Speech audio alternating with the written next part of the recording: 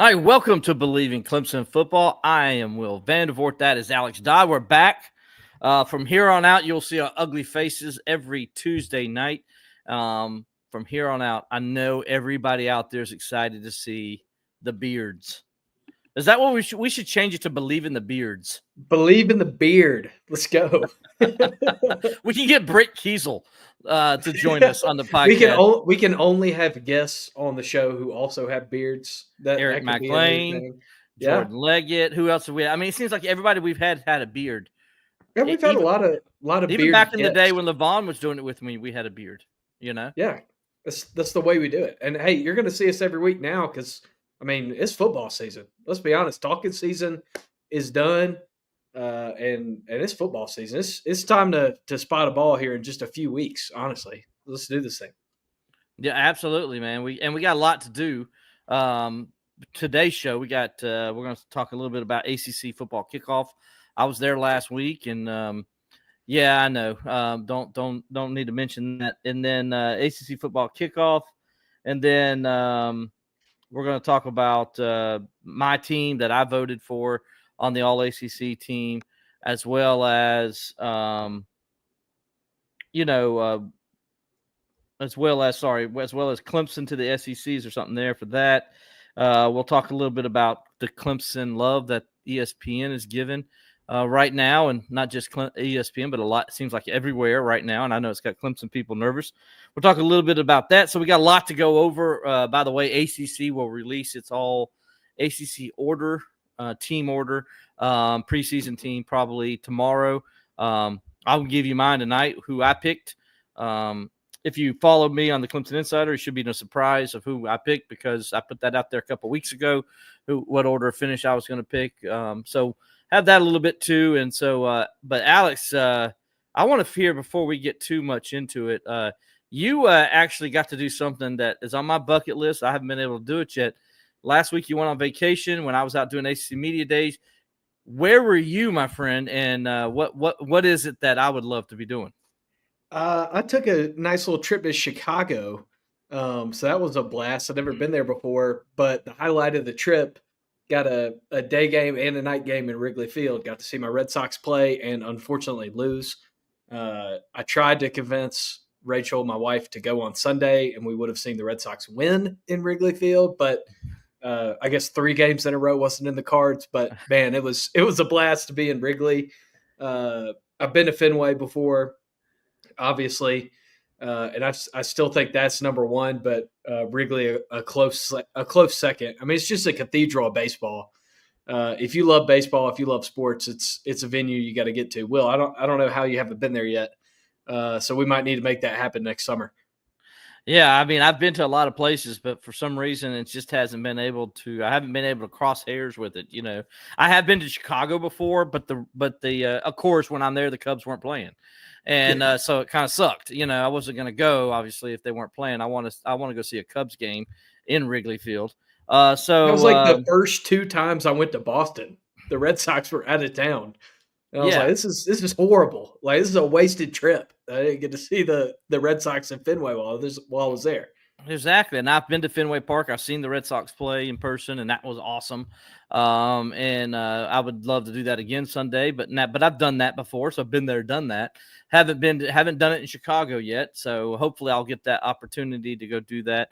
But no, man, your Rachel's great. Your wife to go 2 days with you. I give her kudos for that because most wives will not even go 1, much less go 2. So, Rachel, if you're listening or watching this, please, I give you my thanks for allowing Alex to do that.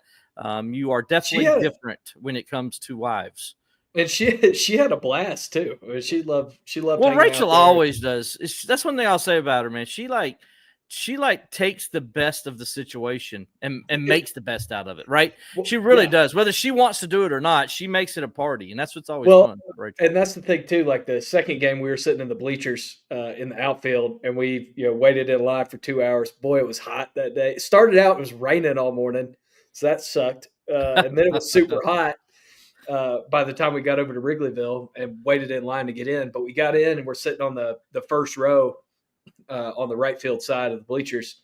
and she's like yelling at players to throw her a ball and stuff. Garrett Crochet threw me a ball. Oh, really? That was cool. There we go. So see, it works. I'd like to say, that moment is what led him to the quality start and the salvaging of the series the next day. So that's the credit I'll get for that. There you go. Take what you can. So anyway, appreciate you guys joining us. We're going to talk Clemson football. That's it. We're done talking baseball. We're not going to. That's all the baseball. That's all the baseball. We're going to talk Clemson football from here on out. And ACC meetings last week. Clemson a couple weeks ago had their Dabo Swinney had his media outing. I was at that as well. Got to talk to everybody, man. I got to talk to Taj Boyd.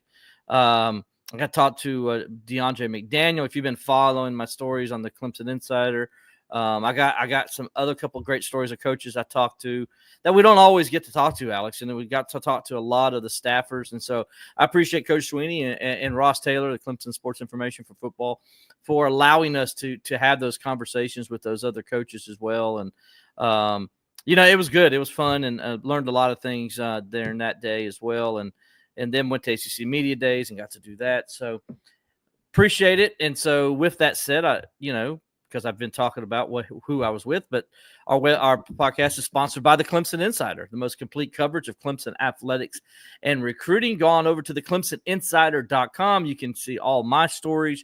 You can see all of Jason Priester's stories, Ashby Mixon's, her stories, and Sam Walters and Gavin Oliver's as well. So we got Clemson football, wall-to-wall, Clemson recruiting as well. JP, even during all this, has still stayed up on the recruiting stuff, and so he's always got recruiting stuff for you, recruiting information. The guy loves it. He lives it.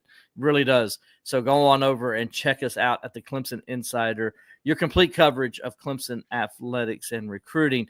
Alex, so I told you last week we got to go to ACC Media Days, and that was, as always, was fun because you get to see people that you don't get to see that often, right? And it was fun because we talk football. It was a little different this year because, first of all, the Bill Belichick mess, and that's the best way to describe it. Well, that was is so dramatic. Everybody on Twitter is like, is he coming? Is he not coming? Like, does he love me? Does he love me not before the event? Well, the funny part is, so we're in there working, and JP's got to he's got to go to the boys' room, right? The boys' room. And so JP's out in there, and JP says he goes into the bathroom, but there's Belichick. And by this time, there's already a line that has formed from the beginning of where the press conference is held all the way down this hallway right past the escalators. And it goes for like maybe, I don't know, 100, 200 feet or so. And it's like wall-to-wall cameras, photographers, videographers, and then people that don't need to be there. Oh, yeah, people with trading cards and whatever else. Media people that don't need to be there because they're covering other teams. They don't need to be there. So JP comes out. JP goes to the bathroom. Bill Belichick's going out as he's coming in. So when JP comes out of the restroom, Bill Belichick is still over there, and there's a wall that divides it. So the bathroom's here, and then over here is this hallway, and then there's the area where the elevators and stuff are, and then there's another hallway, and that's where the media is at. And they're waiting for Belichick to come down that hallway right there, right? Because everybody knew he's going to come in the back way. He won't come in the front door. Of course. I'll be honest with you. Only Dabo comes in the front door. I mean, it's literally Dabo comes in, goes up the escalators. I always find it funny because the other coaches are like, oh, they always sneak in. Dabo, man, Dabo don't care. He's done this so many times. I don't think he cares. So he just comes on through the front door. So anyway, they come in. They're all sitting right there, and Belichick though is like hiding. And JP's watching him. JP's like, is he going to do it? I mean, there's no other reason for him to be there. And he just sat there, got himself a cup of coffee, just kind of just waited and just finally decided he'd come on out and do his thing. So JP was laughing. So JP comes in and tells me what's going on. I'm in the writer's room working on my stuff. And JP comes out. Belichick's right out here. He's just kind of doing an okie doke with everybody. So they were all sitting there patiently waiting. They're all like, is he coming? Is that him? Is that him? Is that Bill? Is that Yeah. Bill? Where's Jordan? It was a ridiculous thing to see. They made too much big deal out of it. I mean, he puts his pants on like we do. Who cares? You know how much I saw Bill Belichick doing that whole thing? Zero. Didn't see him at all. To care to, I had work to do. I did my work. Did not care. Everybody's like, "Oh, what if he was Bill Cowher?" Well, that's different. But he wasn't Bill Cowher. Yeah. But if you were a Patriots fan, then maybe you would be standing. But I still wouldn't do that, though. I'd rather wait till Bill Cowher's done with all that and then talk to him about the Steelers one-on-one, right? I wouldn't want to do it with everybody and their mama around. But that's just me. I really don't get into that stuff as big, but I understand some people that do. But I don't understand my fellow media people doing that. To me, it's just like you got a job to do. You need to be professional about it. Act like you've been there before, right? You know what I'm saying? Yeah, it's corny, but then again, at the same time, though, the number of people they let into that event. I mean, you wonder if they're actually media people. Yeah, how many of those people are actually working? I mean, let's be completely honest. I was going to ask you too when you were up there. That person who voted for Wake Forest to win the ACC tomorrow. That person is what we're talking about. Yeah, big Jay Johnson fan. But did you get over and get on the sticks while you were there? Did you play anybody in the college football game, or did Faxon and Qualk spend too much time over there and not give you an opportunity? Yeah, I figured you would have showed Qualk how it's done over there on College Football 26. They had a little setup over there for the media. I would have. Qualk knows not to play me because he's played me before, and I beat Qualk pretty bad. So he knows not to play me. Anybody like I'm sure Faxon would have played me, but he would have learned pretty fast too. You just don't play me. Alex, you know that. You know that. Yeah, I made it you sucks mad playing you. I mean, it really sucks playing you. You're taught. You play me all the time when we're around. So yeah, I didn't play anybody because I figured people would get mad, and so I just don't do it. But I will say I will tell a funny story though on Faxon Childress. He's playing Fran Brown's son. I believe it's Fran Brown's son. And they were so Faxon's playing Georgia Tech, and Faxon benches help me out, the quarterback. Haynes King for Aaron Philo. Yes. And so the best part about it is Haynes King comes over and sees that he has not playing him in the game. He's playing the other guy. And Haynes King gets mad. And he's like, "Man, you gonna do me that way?" It's like walks off like mad, And so that's a pretty good story. Faxon was telling me that story that night at the ACC Media Lounge when we were having our dinner and everything. And so I thought that was pretty funny. I was like, "That's a great story." You upset the quarterback at Georgia Tech because you played the third string quarterback at College Football 26. But hey, Faxon's trying to win, man. I get it. Haynes King wasn't getting it done. He had to make a change. Haynes King in the game, like he's much better in person than he is in the game. Because in the game, you want to be able to throw bombs, right? And Haynes King is like in the game, he can't throw bombs. Now here's the thing, though, and I told Faxon this. I said, "You might have pissed him off." I said because probably because Faxon's wearing his WCCP shirt with the tiger paw on the sleeve. And you don't think that Haynes King didn't notice that? And he's like, "Oh, I'm going to show that Clemson guy." Haynes King's going to be giving a speech in the locker room before the Clemson game talking about, when I was at ACC kickoff, I saw this guy, and he doesn't believe in me. He's playing somebody else in the game. He's got a transfer portal guy. He's not going to, in the locker room, he's not going to say it was Philo, but he's going to say, he didn't believe in me. He doesn't believe in us. Yeah, he don't believe in us, and he's from Clemson. He's one of the Clemson media guys. Let's go show him. He's on the Clemson radio team. Let's go show that guy. So Faxon, the ghost of Bobby Dodd, pop up on my ancestors. They tend to haunt. I'm not actually related to Bobby Dodd, but it's always fun for me when I go there. Or when I've been there, because when I tell people I'm like, "Oh, I'm Alex Dodd," they're like, "Oh my gosh, are you related to Bobby Dodd?" I should have just said yes all those times. So she'd be like, "Yeah, I am. That's my great grandpa." In our personal text line, our buddy Phil Sykes sends me a message and talking about Bill Belichick. He says he was watching a video. He said it was uncomfortable. The one video he watched, he says it was like a receiving line. That's a great description, Phil. That's a great description. I mean, Belichick does give off major like funeral director vibes. Like it's just, I hate to say it. They're honestly, they're probably happier. I mean, the funeral director people are probably happier because they're trying to like make you feel better about what's going on. Well, so are we saying like this is a funeral for North Carolina football?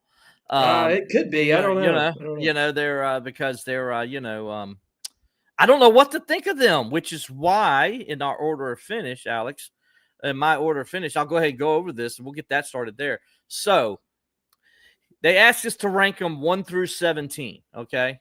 So my number one team was Clemson. No surprise.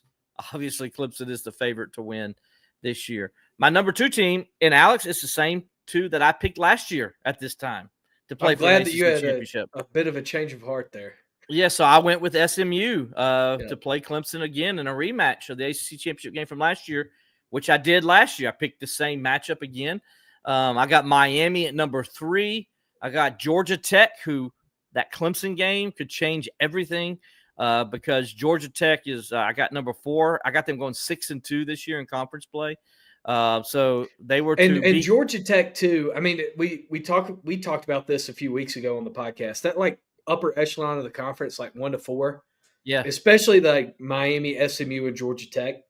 Right. I could see any of those 3 teams going undefeated in the league. I mean, I could. Absolutely. They've got I feel like they've got the pieces. But then again, when you have such major pieces coming in, like SMU and Miami, you almost feel like it's, you could roll the dice and figure out how many wins they're going to have in conference play. So just so people understand, I got Clemson at 7-1. I got SMU 7-1. I got Miami at 7-1. And SMU gets in over Miami because I got them winning the head-to-head, if that makes sense. So that's why I got it that way. I got Georgia Tech coming in at number 4 at 6-2 in conference play. Then at number 5, I got Louisville at 5-3. I got Duke at 5-3. I got Florida State at 5-3. They're number 7 in my list. Then I have Pitt, NC State, and Virginia Tech and North Carolina all going 4-4. So I have the Tar Heels picked at number 11 in these rankings, Alex. And then I got Syracuse at 3-5, Virginia at 3-5, Stanford at 2-6, Boston College at 1-7, California at 1-7, and then I got Wake Forest bringing up the rear at 0-8 in conference play. I don't see Wake Forest winning a game. You cannot have the mass exodus that they had after the spring and feel like they're going to be able to compete. I mean, you can have a mass exodus, but not after the spring. You can't have your mass exodus after the spring. And the other thing is, you can't have a mass exodus and be Wake Forest. I mean, it's not like you're rolling in the NIL dough and are replacing with guys that you think are better. And that's just not the case with Wake Forest. I did hear we mentioned Facts and Childress earlier. I did hear him say that he had like Wake Forest like going number 5 in his ACC rankings. No, he didn't. He said he believes in the new coach. And I'm like, you can believe in a new coach all you want, but they don't have any. You got to have players. They don't have Jimmys and Joes. Come on, Faxon. What in the world makes you think Wake Forest? Maybe they slip up and win a game, but how are you going to slip them where they finish number 5? Like Duke, I get Duke. I think Duke's a good team and has a chance to be up there. I even say Florida State, a couple here or there could be because you don't know what to. Yeah, I was listening to somebody talking about Florida State the other day. I think it was Josh Pate, the guy from was it 247 CBS? Yeah, he was on Kelly and Gramlich and McLean's podcast. I was listening to that the other day on the way home, and he was talking about how he says Florida State isn't 13-0 Florida State, so that's not what you judge them by, and you don't judge them by 2-10 Florida State. He's like, this year's going to kind of tell us what the program is, and his thing is he thinks there's somewhere between 8-4, 7-5 kind of range. Maybe they sneak up and get 9-3. And I'm like, yeah, that sounds about right? Because of, how the program has been the last couple of years. I can see 8-4 out of Florida State, and Well, maybe and they win a game they're not supposed to. I think if you're Florida State too, after the roller coaster last 2 years that you've had, 8-4 would be a welcome sight. I mean, I think so too. 9-3 would be a successful season. You want to return to some sort of normalcy. And when you have one season where you're like, I should be in the conference or in the CFP, I shouldn't be in the CFP, all that drama, and then the next year you come out and you have more inches of snow in Tallahassee than you have wins on the football field. That's a lot of ups and downs to deal with. You want to return to some sort of normalcy. But just that top tier of the ACC, even that middle tier, I feel like there's a lot of unpredictability, especially in that second tier. It's like you have a team that could go 5-3 in the league, or they could go 2-6. Right. I feel like that's how the Pitts, the Virginia Techs, the Florida States. That's kind of how you feel about those teams coming into the year. I want to give Rob Brown of Sidelines. I've been on his podcast a couple times, and appreciate Rob always having me on. Rob says this is on the path to the CFP championship. It's all about the culture. I don't disagree, Rob, about the culture at all. I don't know if they're on the path to a championship. I do think they have an opportunity to be in position to win a championship. But, first of all, buddy, appreciate you always coming on, having me on your show. Got to get you on here maybe sometime. We'll get you to come on here and talk a little SEC football as well, maybe before the LSU game. Who knows? We'll try to see what we can do and get you on. But I always appreciate you, buddy, and appreciate you watching right now. But I don't know, Alex, Clemson in the national championship, and that kind of goes back. And it's kind of something we were going to talk about a little bit later, but I guess we'll just bring it up now since Rob talked about it there. Where is Clemson in this whole thing? ESPN right now and everybody and their mama are talking about Clemson and Josh Barstool Pate and everybody. And Phil Steele. Everybody's picking Clemson to go undefeated, to be in the top 4 and play for a national championship possibly. It's got a lot of Clemson fans nervous, Alex. I mean, all last week, every place I sat on Radio Row last week, they asked me, should you be nervous about all the hype surrounding Clemson? Like, has Clemson got this kind of hype before? And I'm like, you guys forgetting something? Yeah, y'all forget had this hype before? 7 years in a row where it felt like for 6 of those years they had that hype. Yeah, they were ranked number 1 or they were either ranked number 1 or number 2 in 2016 preseason poll, 2018, 2019, and 2020. Even in 2021, they're ranked number 3. In 2022, they're ranked preseason number 4. So, yeah, this is normal for Clemson. It's not abnormal. But because in 2021 and 2022, Clemson didn't really live up to expectations, I think that's why fans are a little nervous. However, the difference is this Clemson team can beat those two Clemson teams by a mile. They're so much better than those two teams. And they're experienced. Like, coming into the year, you don't have the question marks you did about those other 2 teams that you mentioned. You know who you're bringing back at quarterback. You've got a body of work. You've got a body of work from your receivers and offensive line and from your defense. You have questions about maybe how they're going to live up to new expectations with a new coordinator. Maybe you have some questions about that and bouncing back from a bad year on the defensive side. But you know who the players are. You know what they're going to bring to the table. You don't have huge looming question marks like you did on those other teams. Exactly. And here's something that you need to, I'll ask you, Alex. So are you nervous, though, like these Clemson fans are? Because when I talk to Clemson fans, they're nervous. They're worried that they're getting overhyped.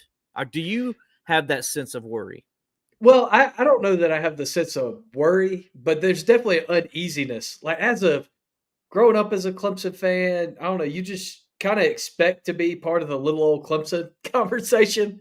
It's hard to pull the little old Clemson card and be the underdog when everybody's picking you to win the national championship before the season starts. Yeah. Especially when you come off a year where, you won the ACC, you made it to the playoff, but you had 2 major letdowns in the last 3 weeks of the regular season. And I think that can lead to a bit of the uneasiness too. It's like, it's great to hear people talking about your program and for you to be in the spotlight, but you want to go win the games too. You also don't want everybody in your office to be talking about how you're going to win the national championship, then go lose in week one. So, I mean, there's uneasiness about it, but at the same time, it's not like Dabo Swinney hadn't dealt with expectations before. It's not like Cade Klubnik hadn't dealt with expectations before. He had huge expectations when he came in as a freshman, and huge expectations as a sophomore, and didn't live up to them. But you saw him bounce back and you saw him grow. So I'm not worried about it because of that. Because I know what the talent level of the team is. I know what the coaching is like. I mean, it's a tough schedule. It's a tough road. I mean, it's a tougher road than ever to win a national championship. But I mean, I ain't worried about expectations. What does talking in June and July? I sound like Dabo now. What does June and July mean? Let's spot the ball and play some football games. That's kind of where I'm at now. It don't mean nothing. It don't mean nothing. It don't mean nothing. We got the same team we got last year. I don't know why everybody's talking about us. That was the Dabo impression, yeah. Yeah, that's it. That's what we're both doing. Anyway, no, I mean, I understand. The fans are nervous because Clemson's. Scott says on here he agrees. Who's this? Rob. Let's just get to week one and we'll go from there. I agree. Scott Millsap says on Facebook, I agree about getting the high ranking, preseason ranking it is, but I do think that the national media is talking and writing about the Tigers like it's a new narrative they haven't been able to write about in 5.5 years. And that's true. They haven't been able to write about it in the last 5.5 years, Clemson being at the top and all that. But this Clemson team is just different than the 2022 team. It's different than the 2021 team. The quarterback situation was very uncomfortable for Clemson in those 2 years. We know that. The wide receivers just weren't that good. They weren't. They had a couple guys that just didn't work out, and they didn't live up to expectations. We know that's not the case with this group because we've seen this group. That's the beautiful thing about this is your skill players, you kind of know, with the exception of tight end, you kind of know what you got. And I know some people say, well, what about running back? Well, again, not worried about running back because I like the talent that they have. I think Gideon Davison is going to be really good. I think Adam Randall is going to be perfect for this offense and the way they're going to use him. It's like you're talking about a marriage that was made for each other. Adam Randall playing running back in this offense, it's going to be like Cordell Patterson. I mean, he's the things he's going to be able to do in passing situations and how Clemson's going to be able to keep defenses off with him because they don't know what they're going to be doing.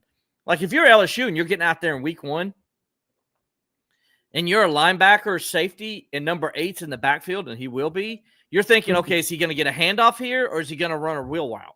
Or is he going to run a regular route? Are they going to put him out wide and all of a sudden he's going to be lined up in a slot and now all of a sudden I got to cover this / running back / wide receiver who knows how to run routes, who understands coverages? Well, I mean, let's be honest too.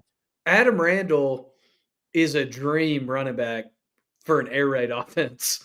I mean, he can go north-south, but all the options that you're talking about, you can put him out in motion. You can run funky motion packages. Alex, why do you run motion packages for somebody like Adam Randall? Because you want to get him moving. I mean, the dude's got speed. But why is that, though, if you're the offensive coordinator? What are you looking for? Well, you can see the coverages. It gives you your tail. It gives you your tail. Because when that linebacker has to move with them, now you know they're in man. Because that linebacker's moving with them. And if you're moving somebody in motion like Phil Maffa last year, if you're motioning Phil Maffa out last year and you're in man, I mean, you can cheat a step or two without revealing your coverage when Phil Maffa goes in motion. When Adam Randall goes in motion, especially if you motion him all the way to the sideline, which I'm 100% sure they're going to do this year. If you motion him all the way to the sideline, then you got to move somebody. I mean, you can't, if you're in man and you're disguised in a cover 2 or a cover 3, you got to move somebody over there. This is the biggest weapon. Just after the snap. This is the biggest weapon Clemson's had with their running back as a pass catcher since, in my opinion, since Travis Zachary in the early 2000s. Because in Rich Rodriguez's offense, the way he used Travis Zachary in the passing game is very similar to how I think. And by the way, that offense is married together. There's a lot of similarities with what Rick did. Rich Rod did, yeah. Rich Rodriguez did, and what Garrett Riley does. There's some similarities.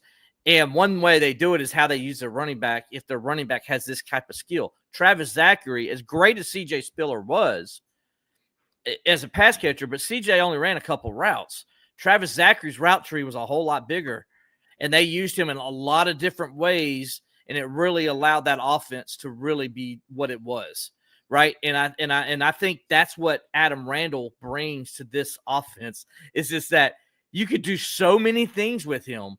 And defenses don't know what to do. They're not. It's just like, okay. And then you got these great wide receivers, that are all like Frisbee catching dogs. Yeah. And, I mean, what do you do? Are you gonna, you're not going to put a cornerback on Adam Randall. You're not going to put a safety on Adam Randall if there are 4 receivers on the field. You can't do it because of what we just talked about. Because there's Frisbee catching dogs out there. I mean, you got guys who are going to burn you down the field. So unless you're like really lucky and have a great nickelback, or you have a incredibly athletic outside linebacker on the strong side or weak side, Clemson's going to have a lot of good luck. A lot of 22 personnel, and they're going to really. And people are like, "Well, hold on. If you do, you're going to take one of the wide receivers off. That's fine because the looks they're going to be able to give out of that 22 personnel. And what I mean by that is they're going to have 2 running backs and 2 tight ends, and they feel like what they have at running back, you could put Gideon Davidson out there with Adam Randall. And now if you're a linebacker, you're sitting there like, okay, what are they going to do?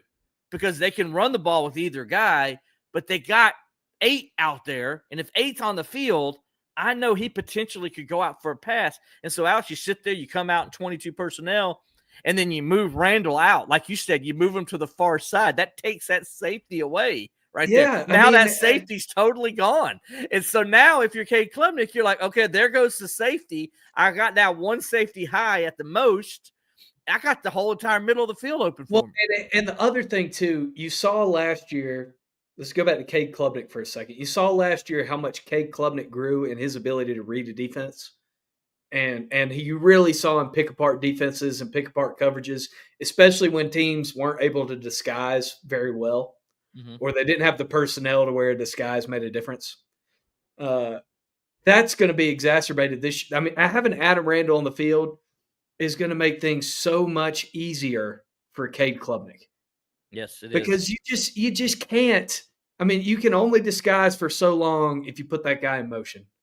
And to think Garrett Riley's not going to take advantage of that is absolutely silly. Because, I mean, this is a football genius that you have as your offensive coordinator.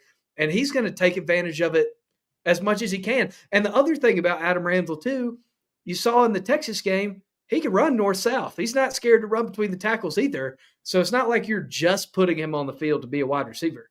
Right. He can be a running back, too. That's why, I saw earlier in here, who was it? Scratch Off Ninja was asking about running back 1 coming out of camp. And it's hard for me not to believe that Adam Randall will be the number 1 guy coming out of camp. Now, I mean, in November, is he going to be the number 1 guy?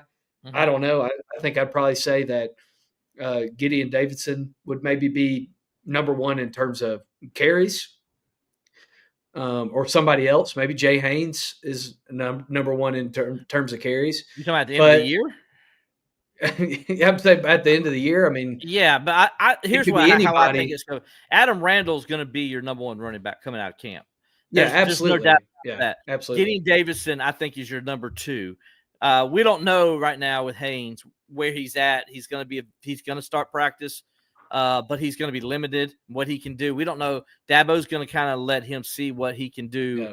Yeah. And that goes. But what I'm saying my point is that, whoever at the end of the year has the most carries, like regardless of that, I'm saying Adam Randall is going to be your running Adam's back in the mix. Yeah, because he's going to be in the mix. Yes, I agree. And just a versatility. And the other thing, like I mentioned, I'm not scared about Adam Randall running between the tackles because of what I saw in that little glimpse in Texas. Dude, he's If you're 225 pounds. Why would you be I scared? know you're a big dude, and he knows it. I mean, and I want to sing his praises for a little bit too. Just his willingness to do what the team needed instead of worrying about his own ego. I mean, he could have been going and playing wide receiver at any number of places, several places in the Power Five, and would have be starting probably. Yeah, and he'd be starting at wide receiver, but instead he's committed to Clemson. And he's committed to his teammates, and that's just something you don't see in college football anymore. The guy who doesn't like cheese said he doesn't agree that Randall will be starting over a 5-star running back, but he's not at practice. Well, here's why I disagree with that comment. Freshman. Because he's a true freshman and he doesn't understand blocking schemes and stuff like that. He's not getting Davison's in there for specific plays. That's why I said you have to do 22 personnel with him because defenses are going to know why he's in there. They're going to know he's in there to run the ball. Clemson's not passing the ball if Gideon Davison's in the backfield. So you have to do something else to keep defenses guessing. So you put in Adam Randall, you run 2 wide running backs, and now all of a sudden they don't know what you're doing. And you run them in motion so they can see what the coverages are. Then if you have to, if they're playing zone, you bring I almost said Zachary because that's what he number 8 Adam Randall. You bring Randall back inside then after running motion if you're in zone, and you can hand the ball off to either guy. If they're not in zone, they're man. Now you got one-on-one coverage. So if you cade, there's a lot of different things you can do there. But you can also know if they're playing zone, then you can hand that ball off, and you're going to give that ball to Gideon Davison and do it. So that's why it's just like Travis Etienne. Travis Etienne didn't start till his 7th game of his freshman season, and he shared the backfield with Tavian Feaster that whole year. And the reason why is because Feaster had a better understanding of the offense, the coverages, the looks the linebackers are given, all those things that a true freshman just didn't have at the start of the year. So, yeah, Adam Randall's going to start, guys, because if he's healthy, and I believe he's going to be, he's going to start over the 5-star freshman because the 5-star freshman, regardless of his talent, still doesn't understand defenses, and he's not. You can't expect him to, especially what LSU is going to throw at him in the first game. If they see number 9 sitting out there, they're going to do everything they can to try to confuse him and make him make mistakes. And so they'll love it if they see that. You want to see some blitzes coming if number 9's out there a lot? There'll be blitzes like galore coming after Cade Klubnik because they will attack that weakness and see if he can handle the pressure. And I'm telling you right now, he can't. He's not ready for that just yet. So remember how long it took Travis Etienne? It took Travis Etienne by his senior year really before he got really good at that stuff. And Travis still wasn't great at it. He was just better. And Phil Maffa never was great at it. Phil Maffa was awful at it. You can go back and watch last year where he missed things. He got better than he was the year before, but he never was really good at it. And so you got to understand that you got a guy in Adam Randall who understands coverages because he's a former wide receiver. He knows what he's looking at. Yeah. And he's a bigger body, so he can stay in and block for you if he sees a blitz is coming. He knows what the linebacker is going to be doing. He knows what that safety is going to be doing. He recognizes coverages. And wide receivers, they're like quarterbacks. They recognize coverages almost immediately. They can see it. They can tell by what's going on, by the way the corner's using his feet, what the safety's doing. They can tell coverages immediately. That's going to be a big plus for Clemson, I think, in that backfield this year with Adam Randall up there. Yeah, no, 100%. We got a few comments too, talking about the offensive line. Rob Ellen saying Coach Luke's offensive line should give Cade every opportunity to shine. Did you got? I asked Coach Luke about a couple weeks ago when we were at ACC. Dabo Swinney's media outing. I asked him, Alex, how do you feel? Like last year, you said you guys had 7 or 8 guys. How do you feel this year as far as your depth goes? He says, well, I don't want to give a number. He says, but we really like our backups. He says that they've definitely progressed and developed from where they were this time last year. Of course, you got 4 starters back, and then your 5th guy is really a guy who also has started some, in Harris Sewell. So they got 5 guys that they really like on that offensive line starting already, that are going to be, they think are really good and are going to be good all year. And then they got 4 or 5 guys behind them that they feel like can come in, and there's not much drop off if they have to come in. And you got to kind of like that feeling. And that's why, and that's one reason I think a lot of people are excited about Clemson. It's not because they got all these Frisbee catching dogs in Cade Klubnik. It's because they got these Frisbee catching dogs, Cade Klubnik, in that offensive line. That's why. Yeah. Yeah. I mean, 100%. I mean, that's the makeup of how to win in football. It always has been, is that you got to be strong in the trenches. And on the offensive and defensive line, you're hard pressed to find a better team in the country in those 2 units than Clemson coming into the year. And that's why you're getting all this love. And then maybe, I have a conspiracy theory as to why Clemson may be getting all this love. We'll get into that here in a minute. The media coming into the year too. But I mean, when it comes down to it, you got to have those big uglies up front on both sides of the ball, and Clemson has that. They do, and that's where it starts. It starts on the offensive defensive line. Anybody will tell you that's how you win is in the trenches. You can have the best quarterback in the world. I mean, Tom Brady won because look at Tom Brady's offensive line. You want to know why Tom Brady very rarely got touched? It's because he always had a good offensive line in front of him. And you put a quarterback like that in front of behind a good offensive line, he's going to torture zone defenses and kick people's butts, which is what he did for 20 plus years. And I think, Cade showed against Texas when they made a couple adjustments at halftime. And you heard Steve Sarkisian's comments in the second half about at the end of the game, where they knew if they didn't get pressure to Cade Klubnik, he was going to pick them apart because as he said, he's the only quarterback in the country that we knew could dissect our zone defense. And he did. And so that's why it's hard for teams to go straight up zone on Clemson if they can't get to Cade Klubnik. And they adjusted, and Texas couldn't touch him that second half. And he started throwing the football all over the place. And then you saw what Clemson did. Then they had to go to man, and then Clemson burned them on man with their wide receivers. T.J. Moore still running wild out there.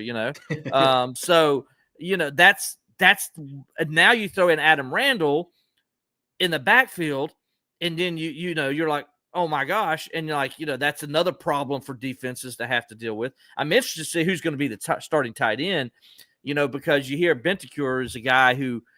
I hear he's like Michael Palmer. Well, I'm like, if somebody's telling me somebody's like Michael Palmer, then like that guy. Time to pay attention.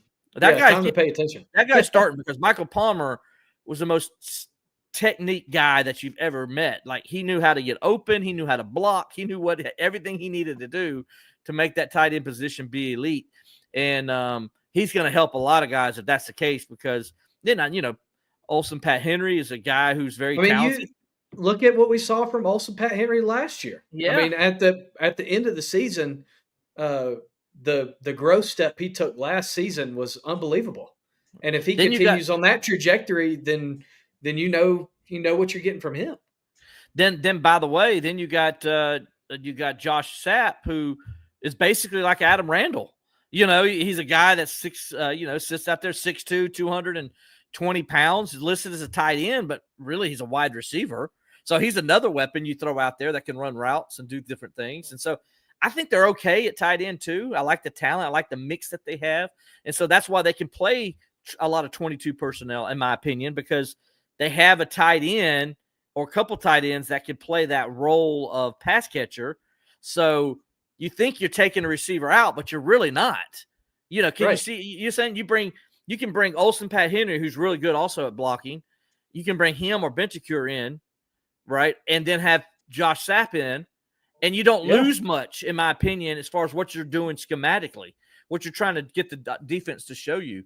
So I love the matchups that Clemson has on offense and how they're going to really be able to dissect defenses this year. And the other thing too, if you're going 22 personnel and you're taking a receiver off the field, it keeps your receivers fresh. I mean, those guys that you have, you want to keep them fresh. You want to be as good at the end of the year as they are at the beginning of the year. And if you're able to rotate those guys like you want to, then that's going to help a lot. Alex, let's answer this one question here by Luke here. LSU fan here. Luke Le Bourgeois. I like it. LSU fan, no hate. here, but I'm genuinely curious as to why Clemson is getting the amount of love they are. I know they are probably the ACC champs, so what's putting them in the top 4 conversation? Luke, did you remember anything from the previous years when Clemson was ACC champs and they were rolling through the college football playoff 6 consecutive years?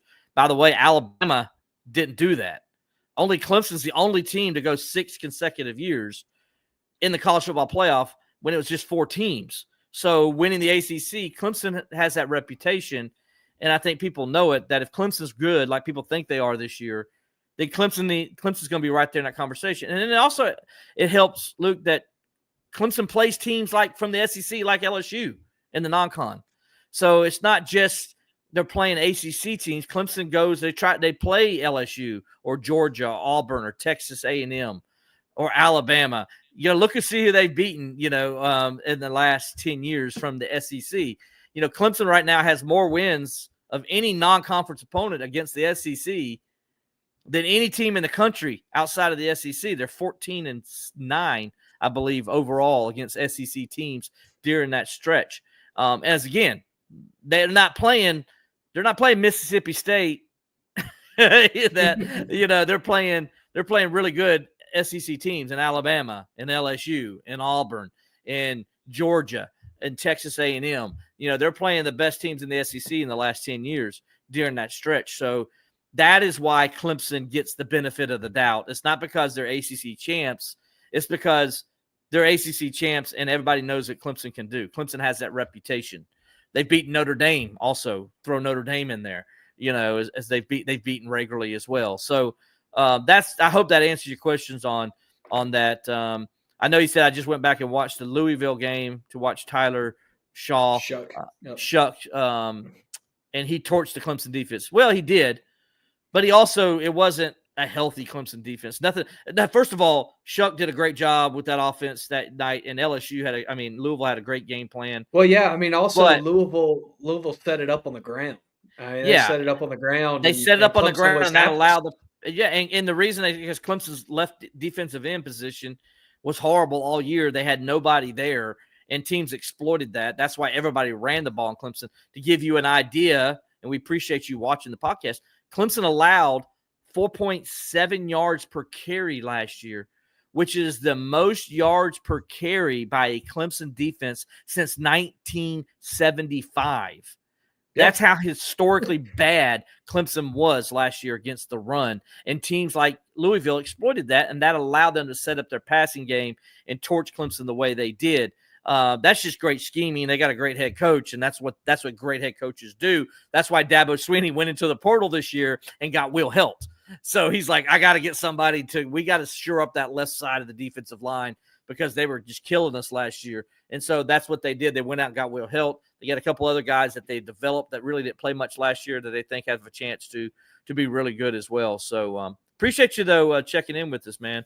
Coach Bowden sure hated opening with Alabama in 2008. Yes, he did. He did hate that, but Dabo. Don't remind me of that going into this game. I don't want to think about this. Ain't that close to that. I mean, you had a team that, again, like we've talked about earlier. Then you had a team that you had so many questions about going into the year, and now you know who you have going into the season. Correct, and I think that's the difference. And Rob says, I hated the 4-2-5. Well, you better get used to it. Tom Allen runs the 4-2-5 also. But what Tom Allen will do is he'll do a lot of exotic things out of it. Let's go watch Penn State. That's all I got to go see. If you want to see what Tom Allen's going to do with Clemson this year and with the guy, and I did a story on the Clemson Insider today, man, Alex, nobody realized the season that TJ Parker had last year. All right, so when you looked at Abdullah Carter for Penn State last year, National Player of the Year, Defensive Player of the Year, number 3 overall pick in NFL draft. He had 26.5 tackles for loss. He had 12 sacks. He had 68 tackles, right? 2 forced fumbles, I think, and that was it. And maybe 4 passes batted down. Here's TJ Parker's numbers from last year. 64 overall tackles, 19.5 tackles for loss, 11 sacks, 13 quarterback pressures. He had 6 forced fumbles, which led the country. He ranked fifth in the country in tackles for loss. TJ Parker did last year. And he ranked 9th in the country in sacks. Wow. That's without Tom Allen. That makes you feel pretty good, huh? Yeah, like now you put TJ Parker with Tom Allen, those numbers are going to be. TJ Parker might have a chance, Alex, with the way Tom Allen's going to use him. And I talked to him about it. I'm like, how's coach going to use you, without you telling me exactly what he's going to. He says, guys, all I can tell you is just wait. You're going to love it when you see it. And because I think they're going to use him in all different ways. You're going to see him standing up, moving around, moving over the center's nose of the center. You're going to see him just standing up, looking like he's a linebacker. I think because that's what they did with Carter. If you remember, if you go watch Penn State, you never knew how they were using Carter. Is he going to drop back into coverage? Is he coming? Is he going to line back out at defensive end? Is he the middle backer? What's he doing? That's what they're going to do here with TJ Parker. I think they're going to use him in all different kind of ways. And those numbers, dude, he has a chance, I think, to have probably the greatest season by a defensive player in Clemson history. If he has a season I think he's going to have, he's going to, I won't say double, but he's going to beat all those numbers he had. I just read off last year. I mean, so, yeah, I think Clemson is the way Tom Allen uses his 4-2-5 is a little bit different than the way Wes Goodwin uses it. And you're going to see a lot of crazy stuff to try to confuse. Think of it this way. Think of the Pittsburgh Steelers in 2008. Okay, that's kind of like how I think you're going to see a lot of exotic blitzes, zone blitzes, things of that nature to do anything they can to confuse the quarterback. Also, they got 4 good guys on their defensive end. They could just go get the quarterback too, I think. Yeah. And I think that's what they'll try to do against LSU. Because LSU's got a good running game. You got to get a good running back. And LSU, and the other thing I think they're going to come at them against LSU is because you have an offensive line that hadn't played together. I mean, let's be honest. You have an offensive line at LSU that's inexperienced. To a point. You have a couple guys with some solid experience, but you have guys from different destinations. You have guys who haven't been starters, and you think you can exploit that. So that's why you're going to come at them, especially early in that game. Exactly. I know we got a couple of things. You got some questions I want to get to. Before we do that, though, I want to real fast kind of go over who I picked for all ACC, because that list is going to come out here in the next couple of days, and I want you guys to see what I had and what I picked for the team. At quarterback, I got Cade Klubnik. No surprise there. Running back for the Louisville fan out there, Isaac Brown. I got as one of my running backs. I got Jamal Hayes. And you chime in, Alex, if you think I'm crazy on some of these. I got Jamal Haynes from Georgia Tech as the other running back. At wide receiver, I got Antonio Williams, Bryant Westco, and Chris Bell of Louisville. At tight end, I got Justin Jolly at North Carolina State. My all-purpose back is Desmond Reed out of Pittsburgh. Offensive tackle, starting at right guard. That could very well be your Adam Randall spot too. All-purpose back. If we think Clemson's going to use him the way that we think they're going to use him. The only reason I went with Desmond Reed here is because he's proven in that position, right? And so that's kind of why I went with him. Offensive tackle, I got Blake Miller at right tackle. I got Miami's Francis Magawa. I probably just chopped it up bad. At left tackle. At offensive guard, at right guard, I got Georgia Tech's Keelan Rutledge. At left guard, Keelan Rutledge for Georgia Tech. And I got Walker Parks at Clemson at right guard. My center is James Brockenmeyer out of Miami. Switching over to defensive side, I got TJ Parker at defensive end. I got Miami's Ruben Bain, also at that defensive end position. At defensive tackle, I got Peter Woods, and I got Daryl Jackson. At linebacker, I got Sammy Brown. I got Pittsburgh's Rasheem Biles and Georgia Tech's Kyle Eifert, who's my favorite player in the ACC. I just love watching that guy fun play. To watch, man. That team has so many players that are just fun to watch. They just got good football players. Year, they just got and good football players. They take on the identity of their football coach. They do. And he's a grinder, and yeah, I mean, all and his players grinders. are like that. All his players are like that. At cornerback, we got Avion Terrell, and then Chandler Rivers out of Duke. My safeties is Isaiah Nook. I should know how to say this because he played Clemson last year. Isaiah Nukawabi out of SMU, and then Terry Moore out of Duke. I like Terry Moore's name a whole lot better than Isaiah's. Just saying. At place kicker, I put Nolan Hoosier at place kicker, Alex, because nobody in the conference made the kick he made. Nobody. Yeah, you're not wrong. You're not wrong. I mean, so I'm like, how can you not put him in that position? I know everybody wants to put the kicker from Pittsburgh in there and the guy from Florida State, and I get it, but they're good kickers. Don't get me wrong, but Hoosier, I mean, nobody made that kind of kick, to win a championship and send his team to the college football playoff. That deserves being number one in preseason poll, in my opinion. Yeah, I know. I agree. And also, that's one, too, that, like, unless you got the defending, Gardaki winner or whatever, I mean, who you gonna put in there? Exactly. And then at punter, I got Cade Reynoldsson of Duke. My specialist is, again, Desmond Reed of Pittsburgh. And then my preseason player of the year is Cade Klubnik, obviously out of Clemson. So Clemson, I got decently represented. I think fairly represented. I got 1, 2, 3, 4 on 5 on offense, and then 1, 2, 3, 4 on defense with 1 special teams guy. I think that's fair. What do you think? Yeah, no, I think that's fair. That's not like a homer team or anything like that, if that's what you're asking. No, exactly. How much do you think the Kittens get smoked in Willie B this year? Go Cox. Well, I don't know, Darius. Darius Clucker? I mean, how's it feel to have a YouTube account named after a country singer? I'm just gonna. I'm gonna answer his question. I mean, all I know is that Clemson generally has a lot of success when they go to Columbia.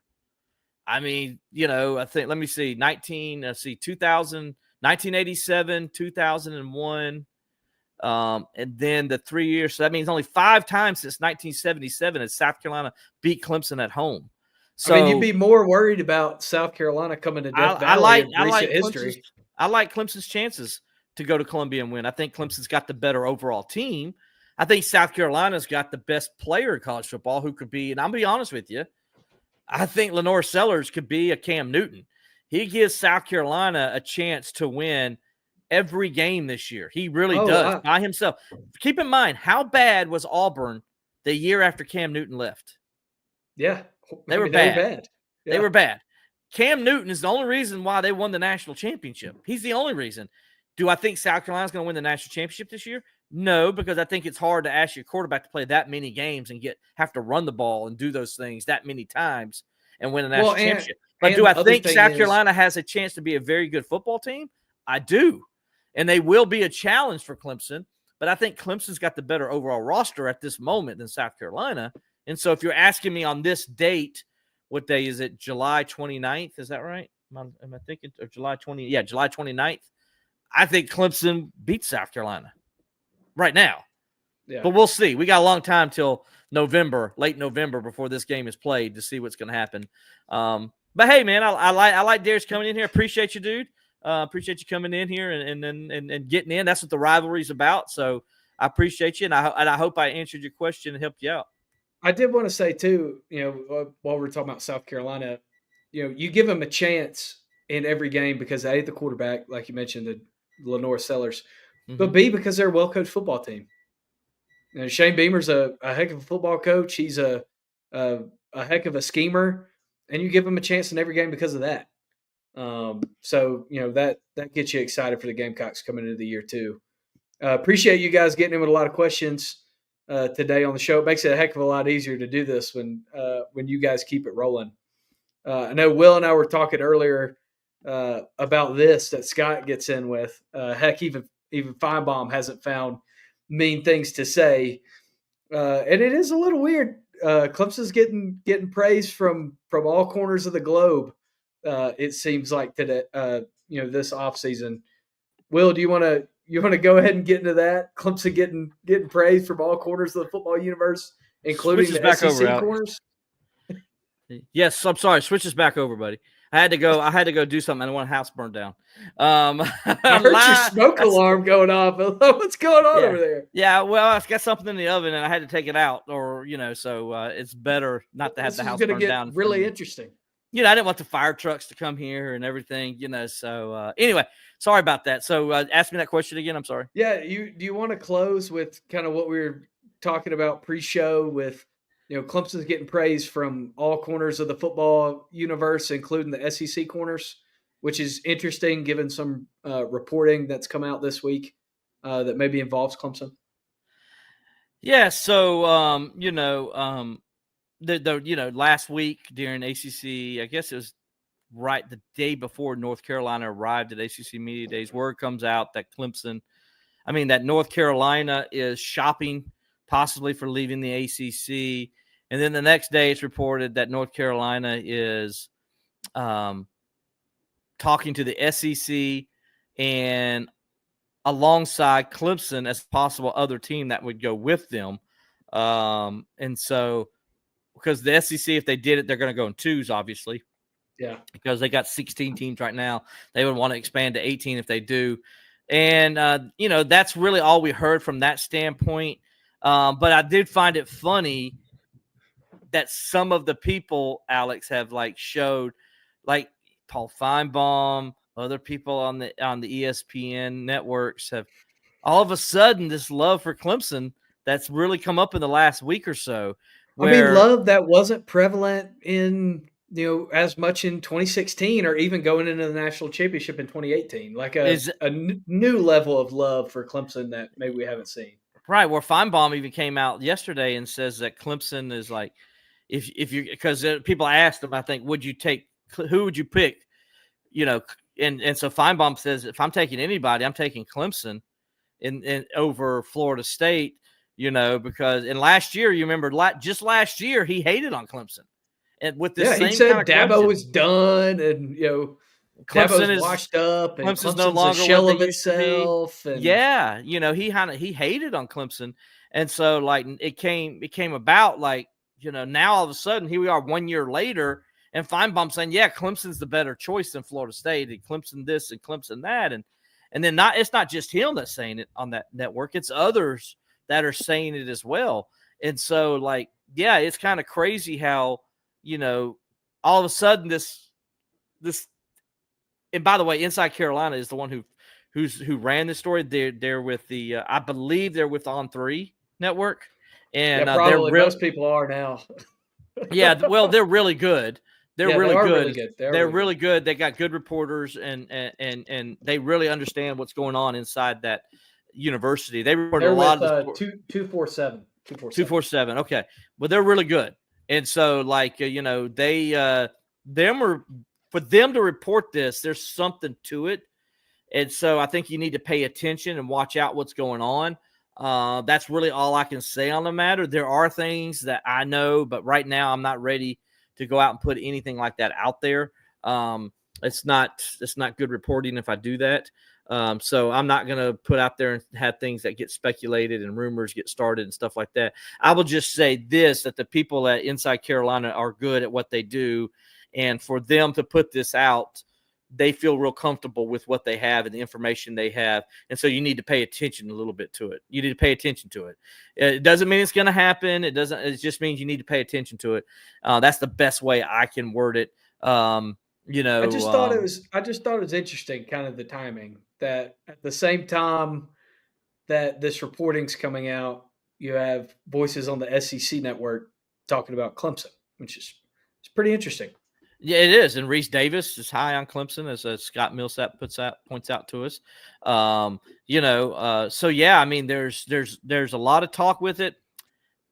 Again, we don't have anything concrete to tell you one way or the other.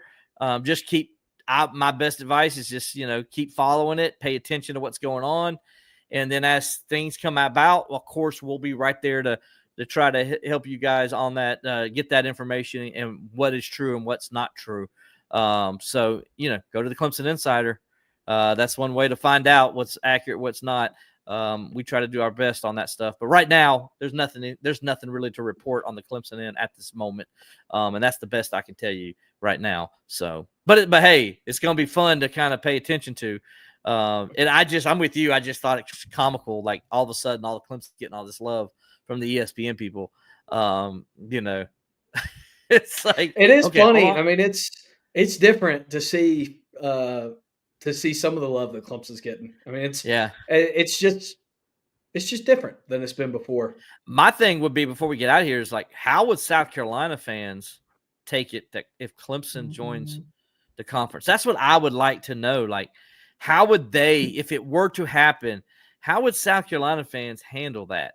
Because that's their number one thing. They love to say they're in the SEC, Clemson's not. You know? And now what would they do if Clemson's in it with them? And what if Clemson has better success than they've had? How do they handle that? It's going to be an interesting dynamic because Clemson and South Carolina haven't been in the same conference since 1971. So, it would be interesting to see how that rivalry goes to another level with South Carolina and Clemson. And so we got Rob says the Big Ten is a great conference, but we are a football school and a basketball school. South Carolina was right about the ACC 50 years ago. Were they? Was South Carolina right? I mean, how has South Carolina benefited other than monetarily? Because if I look at what Clemson's done since South Carolina left the ACC in 1971, Clemson has 3 national championships in football, which is the sport that pays the bills. And South Carolina has not won anything in football during that same time period. So a division championship. Well, okay, division championship. That's it. I mean, look at the success Clemson's had, winning conference championships, going to major bowl games, winning national championships, going to the college football playoff, right? I mean, Clemson's had a lot of success. Yeah. Only 4 losing seasons during that entire stretch that we just talked about. So in 50 years, Clemson's, 4 losing seasons. So, like, come on. I mean, I think Clemson won that. And South Carolina left not for football reasons. They left for basketball reasons. They left the ACC because, Frank McGuire couldn't get his Brooklyn kids in. That's why they left the ACC. It wasn't a football decision. If South Carolina was stuck it out for another 6 more years, that rule that was in place that caused Frank McGuire to leave would have been lifted. And South Carolina could be where Clemson is right now if they stayed in the ACC. They really could have. Yeah. Because South Carolina put their money towards football, and nobody else in the conference was doing that at the time except Clemson. Yep. And so they would have been right there with Clemson. And who knows where South Carolina would be on the national stage if they would have stayed in the ACC. So I think leaving the ACC was a stupid move by South Carolina. I really do. Yeah. And Clemson has benefited the most from it because there was nobody in the ACC in the 70s that was in the 70s and 80s that committed to football like Clemson did in that conference. And that's why Clemson did well then. That's why Clemson's doing well now. So, and so it is what it is. Anyway, Rob said, just like Texas A&M fans handle Texas to the SEC. Oh, yeah. We're talking about how would they handle it? Yeah. Probably exactly right. I don't know if South Carolina fans would be as bitter as Texas A&M. Alex, what did we talk about a few months ago when we were talking about great rivalries? And we're like, how could the Texas A&M be a great rivalry when they never play each other? When they never played each other for how many years? 13 years didn't play each other because one school was mad at the other school. Like South Carolina, Clemson, they don't like each other, but they want to play each other. And that's something you've never seen South Carolina Clemson do. They figured a way to say, hey, we're playing. Whether you like it or not, Texas and Texas A&M, you're leaving. We're not playing, or we don't want to play you because you blah blah blah. You're mean. You're mean. Yeah, you're mean. I'm taking my ball and going somewhere else. You make more money than me, so we're mad. We don't want to play. That's kind of stupid, right? But anyway, South Carolina's main beef is basketball schools were in charge. That's true. I agree 100%. That was their problem. They were a basketball school. Actually, South Carolina should be a basketball school. I'll be honest with you. Think about the great players that have come out of the Columbia area in the last 20 years. Yeah. 30 years. Or even recruiting hotbeds. Is South Carolina committed to men's basketball the way they've committed to women's basketball? They would be a national power in basketball.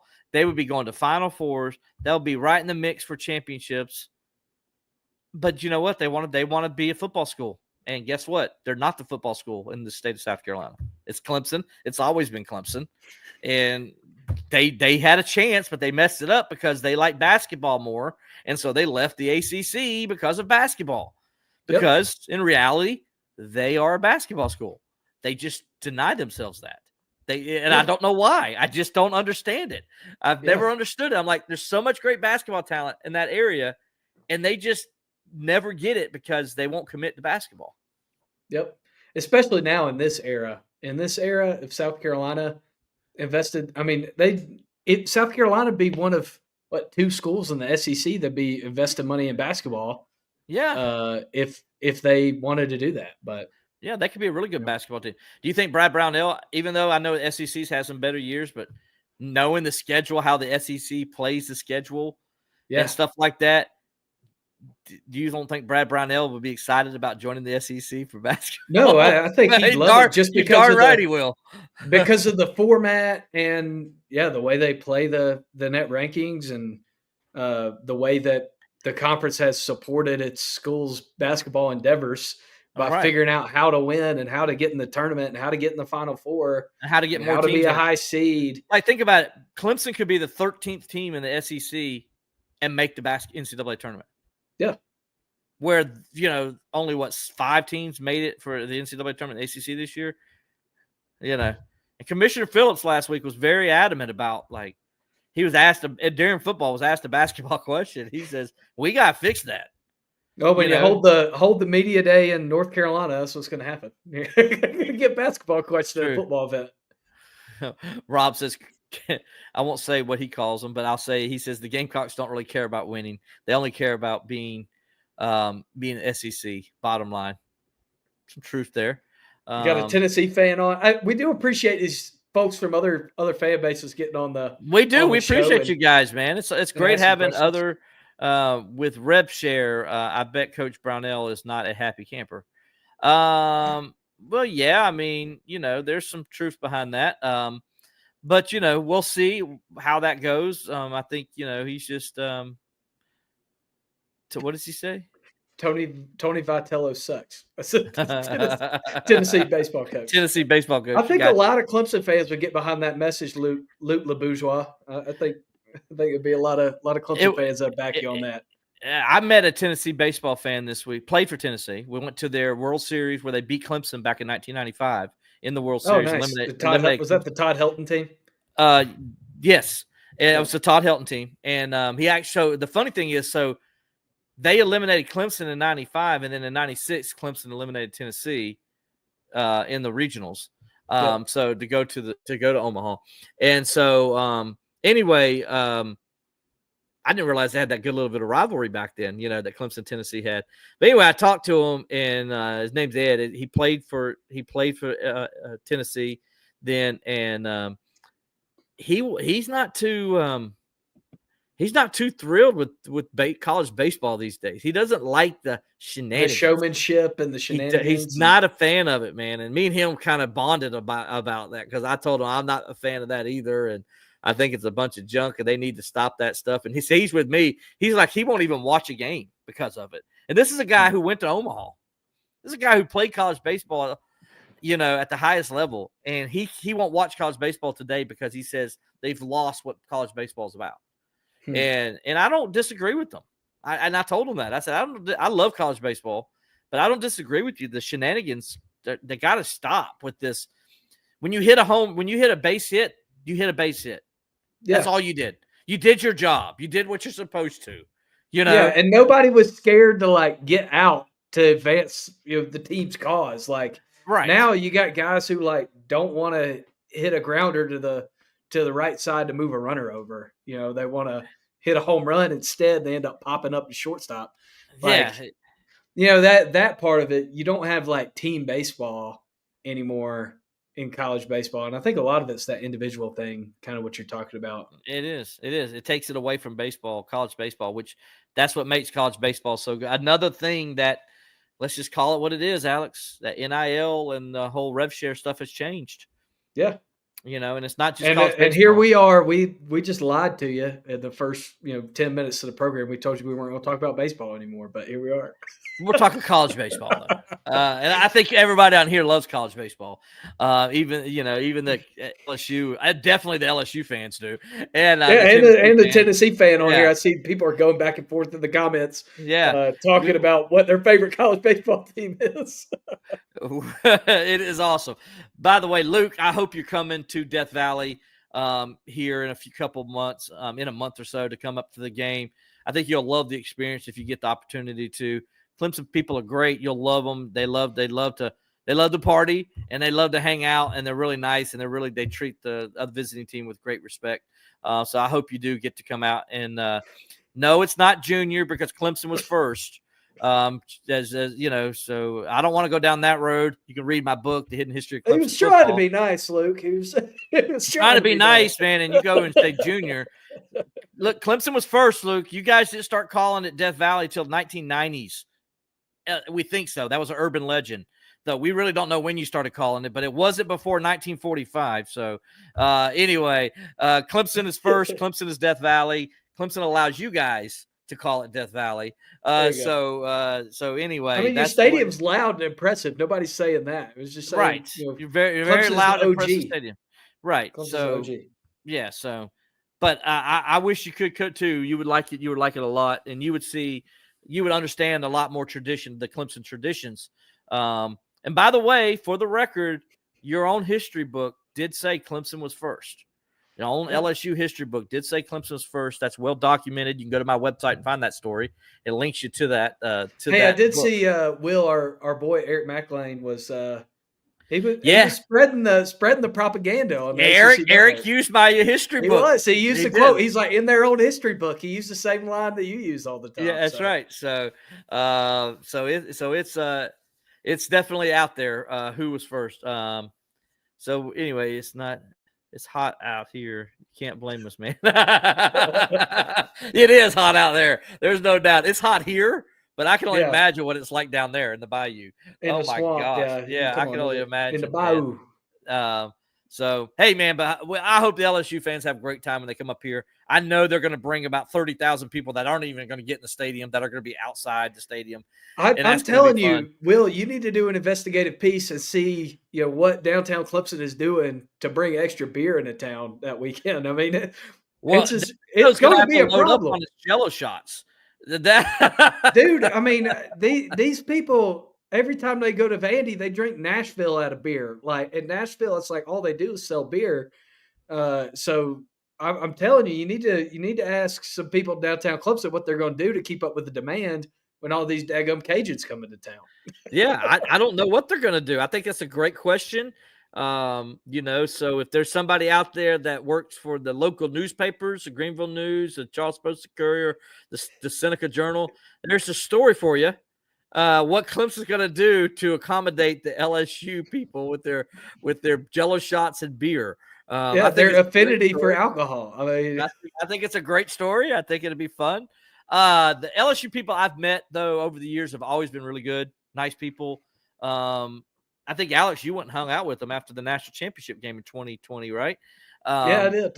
Yeah. I hung out with them. They were a lot nicer after the game than they were before the game. I'll tell you that. They were not nice to me before the game. I mean, I was a media member, man. I was wearing like a black T-shirt, or whatever. Yeah. And I had people who got cussing at me. They're like, "You're not wearing LSU stuff. You must be a Clemson person." I'm like, "Hey, dude, I just want to go to the bar, man." But after the game, they were real nice. Yes, they were. And so, hey, it's all in good fun. I think it'll be a good time. I'm looking forward to next year's trip to go down there to Tiger Stadium and see what that's like. And, obviously one of the loudest places in college football. That's going to be fun, man.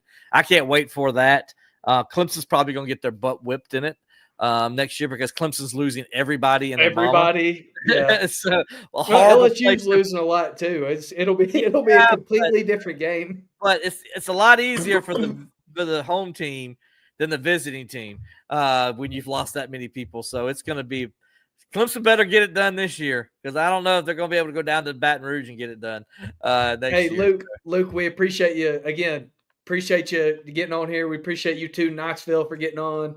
And hope you do follow the podcast the rest of the year. It'll be fun. Yeah, absolutely, man. We'd love to have you. We're going to be talking here in a few weeks. We'll be talking strictly about the LSU game and breaking it down even more. So with that said, I think we need to get on out of here, Alex. I think it's time. I got some dinner to eat, and you got to make sure your house doesn't burn down. Well, same here. Well, that's what I pulled out of the oven was my dinner. So for Alex Dodd, I'm Will Vandervort. We appreciate you guys joining us. We'll talk to you next time on Believe in Clemson Football.